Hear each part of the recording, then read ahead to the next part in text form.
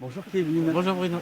nous sommes à la roseraie de l'emblématique parc de la Tête d'Or à Lyon, un parc où les Lyonnais adorent venir flâner, Ah oui, d'ailleurs ça. dans un cadre magnifique. Oui, ça. Et il y a une légende dans ce parc, la légende de la Tête d'Or. C'est ça. Est-ce que tu peux nous raconter un petit peu? Oui, alors la légende de la Tête d'Or, on l'a située à peu près en 1856, pendant la construction du parc.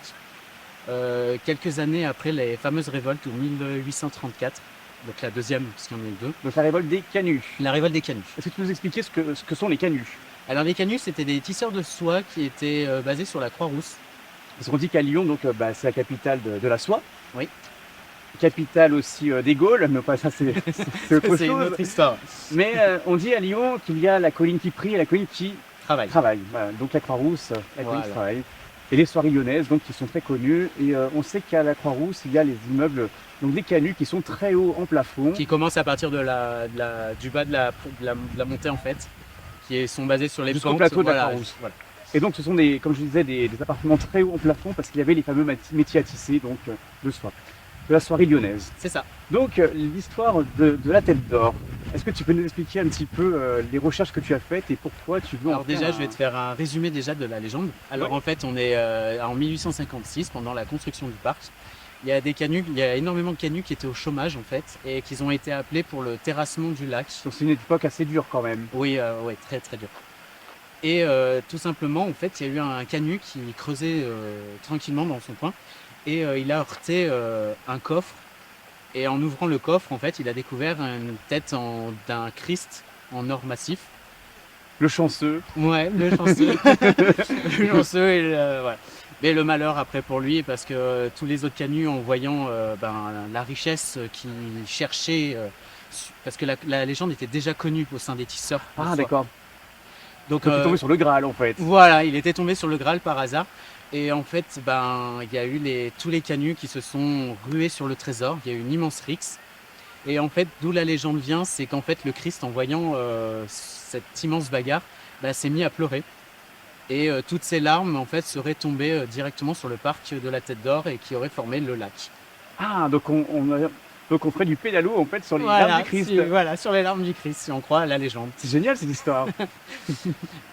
Après, par contre, moi, je suis resté plus sur l'aspect historique. Mais c'est pas historique. Donc là, en fait, il s'est passé une catastrophe naturelle, une grosse inondation, Donc une crue du une Rhône. crue du Rhône qui a inondé toute la presqu'île. Ça paraît plus crédible quand même. Voilà, ça paraît un peu plus crédible.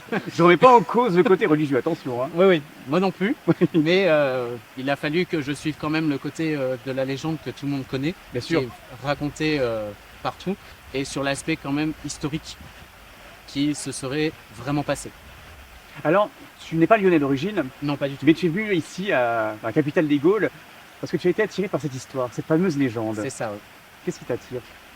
Euh, Le côté historique justement, t'as un passionné le d'histoire. côté t'as un légendaire. passionné- Côté De légendaire. pouvoir étudier le récit. T'aimes bien quelqu'un qui aime fouiner comme ça, faire petit des peu, recherches, ouais. Oui, j'ai pas mal travaillé en archives pour pouvoir écrire mon film. internet, bibliothèque municipale et. Voilà, ouais. C'est vrai? Là, il me resterait juste à aller travailler aux archives départementales pour être un peu plus précis. Au niveau des dates peut-être? Non. Non, les dates, Ça a ça l'air c'est de ton sujet en tout cas. Oui, Ouais. oui, ça, je reconnais mon sujet. Donc tu es autodidacte, tu es réalisateur et, oui, on disait autodidacte. Oui. Tu cherches aussi des sponsors, des financements pour Des créer partenaires. des partenaires, voilà, pour ce court métrage qui peut être également un film à part entière. C'est ça, ouais. Le scénario, est-ce que tu peux nous expliquer un petit peu l'histoire? Comment ça se déroule? À quelle époque? Oui, alors le scénario, il est basé sur 3 époques différentes. Donc il y a l'époque présente, là où il y aura des personnages emblématiques d'un grand-père et d'un petit-fils, en fait, qui vont aller se promener au parc de la Tête d'Or. Et en fait, c'est le jeune, en ayant la curiosité, va poser la question à son père, pourquoi le parc de la Tête d'Or porte-t-il ce nom? Ce que tous les gamins poseraient comme question à leur, Voilà. à leur papy ou à leurs parents. C'est ça. Et donc en fait, le grand-père va être intéressé à vouloir raconter la légende au petit-fils. Donc ils vont aller s'asseoir sur un banc tranquillement, et le grand-père va raconter la légende.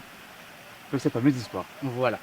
Après, j'ai écrit le scénario pardon, de façon à ce que en fait, quand le grand-père raconte le film, Oui. l'histoire, et ben en fait, on va se plonger dans les époques, Ah, d'accord. Donc il y a un retour dans le temps. dans un retour dans le temps. Donc il y a un retour dans le temps au temps des Templiers. Ah oui, si loin. Parce qu'en fait, la légende, on ne sait pas d'où elle vient. Donc il a fallu que je crée la naissance de la légende. Donc je me suis Donc basé ça, tu sur... l'as inventé de toutes pièces. Ah par oui, contre. ça c'est inventé de toutes pièces. Après bon, j'ai quand même fait quelques recherches historiques pour que je Pour que sois ça concorde. crédible Oui, voilà. parce que faire une histoire qui n'est pas crédible, Oui. surtout quand on touche les Templiers sur l'extermination. Voilà, c'est l'histoire, je l'ai basée plus sur ça, sur le retour des Templiers de Jérusalem, avec un trésor qui serait venu à Lyon. Je me suis un peu basé sur le trésor des Templiers, comme on ne sait pas forcément le contenu, donc je me suis inspiré de ça, tout en écrivant mon scénario et l'histoire d'un Templier qui allait mourir suite à une blessure grave, et remettre en fait le trésor euh, en donation à la cathédrale Saint-Jean. La prix Marcel Saint-Jean. Voilà. Et comment j'ai écrit la suite de cette histoire, de cette naissance de la légende. En fait, c'est un voleur qui va venir voler la statue dans la cathédrale Saint-Jean, parce qu'il y a eu des histoires de pillage. Et en fait, en pillant le trésor, il a voulu fuir, il a été poursuivi. Et il a pris la fuite en direction des fameuses terres de la Tête d'Or, parce que bien entendu, il y avait aucun... C'était des marécages à C'était l'époque, des hein. marécages, voilà. C'est ça, D'où le nom des Brotteaux aujourd'hui. les petits marécages. Voilà. Et en fait, le voleur, ayant un gros poids de richesse sur lui, en fait, va cacher le trésor sur les terrains de la Tête d'Or. Et il l'a jamais retrouvé du coup. Ah non, parce qu'il a pris la fuite. C'est bon, Du à coup. l'époque, il fallait tenir. Voilà. Donc ça viendrait de là en fait, la légende. On ne sait pas. Moi, je l'ai écrit comme ça, en tout cas. D'accord. Voilà. Tête de lion, tête de Christ, on sait pas trop non plus. On ne sait pas. Alors là, par rapport à l'objet de la tête, j'ai repris la tête de Christ pour rester dans l'aspect légendaire. Je ne peux pas vraiment dire féerique, mais ouais, je ne sais pas trop comment le dire là, donc c'est assez délicat. Mais il y a beaucoup de personnes qui parlent d'une tête d'un lion, en fait, un masque en or. Donc je suis resté Ça c'est plutôt... plutôt la légende que moi j'avais entendue à l'époque. Ouais. Mais Voilà. justement, il y a plusieurs versions, donc on ne sait pas trop justement. Mais Ouais, je suis resté libre plus sur retour à l'aspect, l'imaginaire aussi. voilà. Donc moi, je suis resté sur cet aspect-là, sachant qu'on peut penser à d'autres choses aussi. Donc rien n'a été prouvé encore aujourd'hui. Et ton projet alors de film? Alors mon projet de film aujourd'hui, j'ai fait l'écriture du film. Donc comme tu nous disais, le papy, le grand-père qui explique à son petit-fils la légende. Voilà. Donc j'ai le À travers scénario. 3 époques donc. 3 époques. Donc il y a l'époque de 1390, 1856, auquel je suis resté sur l'année de la fameuse inondation, la montée de Fameuse crue, crue. Mhm. la fameuse crue, et notre époque. Est-ce que les 3 époques concordent entre elles? Est-ce qu'il y a un retour, un remake, Il y a beaucoup d'une histoire du présent et du passé. Donc en fait le papy, enfin le grand-père, raconte son enfance ou pas? Parce que Non, pas du tout. Pas du tout. Non, c'est sur ce qu'on lui a raconté. Voilà. D'accord. Après, toutes les légendes, au fil du temps, se transforment de génération en génération. Le grand-père, lui, a juste écrit, fait une sorte de passation en fait, de la légende au petit-fils, qui lui, il le racontera à ses C'est descendants. vraiment parce que de génération en génération, il y a toujours une petite transformation qui se font. Donc du coup l'histoire du départ diverge avec finalement l'histoire qu'on a racontée à l'origine. Voilà, c'est ça. Avec le temps, ça se déforme un petit peu. Ouais. Donc tu es un passionné d'histoire, on l'a dit. Oui. Tu n'es pas de Lyon. Pas du tout. Pourquoi tu es venu ici, à Lyon? Pour me faciliter mes recherches, parce que j'habitais à Romans-sur-Isère. Il y a Internet maintenant. Ouais, mais on ne trouve pas tout à Internet. Puis moi, ce que c'est j'aime sûr. toucher, c'est des documents. J'aimerais bien toucher cette tête d'or, hein, la vraie. J'aimerais bien la trouver. Ouais. Ouais, la trouver. J'aimerais bien la trouver. T'as déjà cherché? Non. Non? Non. Même pas. Je pense que c'est quelque chose. Après, est-ce que ça. Il y a eu pas mal de recherches qui ont déjà été faites. La tête n'a pas été retrouvée. Donc après, peut-être Ou qu'elle a alors ils été l'ont retrouvée. retrouvée, et ils ne le disent pas. voilà. Hein. Après, Ils ne disent pas tout. mais moi, je préfère qu'une légende reste une légende. T'as raison. Voilà. Donc la sortie du film est prévue pour quand? Alors, la sortie du film, pour le moment, elle n'est pas prévue. J'ai pas de date précise. Je compte commencer le tournage à partir de février, mars, avril, au niveau entre l'hiver et le printemps, pour garder au niveau de la saison une part de mystère. Tout à fait. Voilà. Sinon, la date de sortie, non, pour le moment, je l'ai pas. Déjà faire le On va- court-métrage. Voilà, on va ensuite, déjà faire la production du film qui est très très très complexe. Surtout que je suis tout seul au jour d'aujourd'hui. Donc voilà. autodidacte donc. Autodidacte. Donc je suis moi-même pour le moment le producteur du film. Je suis le réalisateur et le scénariste. Beau projet en tout cas. Ouais. Et qui pose question à beaucoup de Lyonnais justement. Ouais, oui, ça, dès que j'en parle, le projet il intéresse énormément de monde. Ça c'est sûr.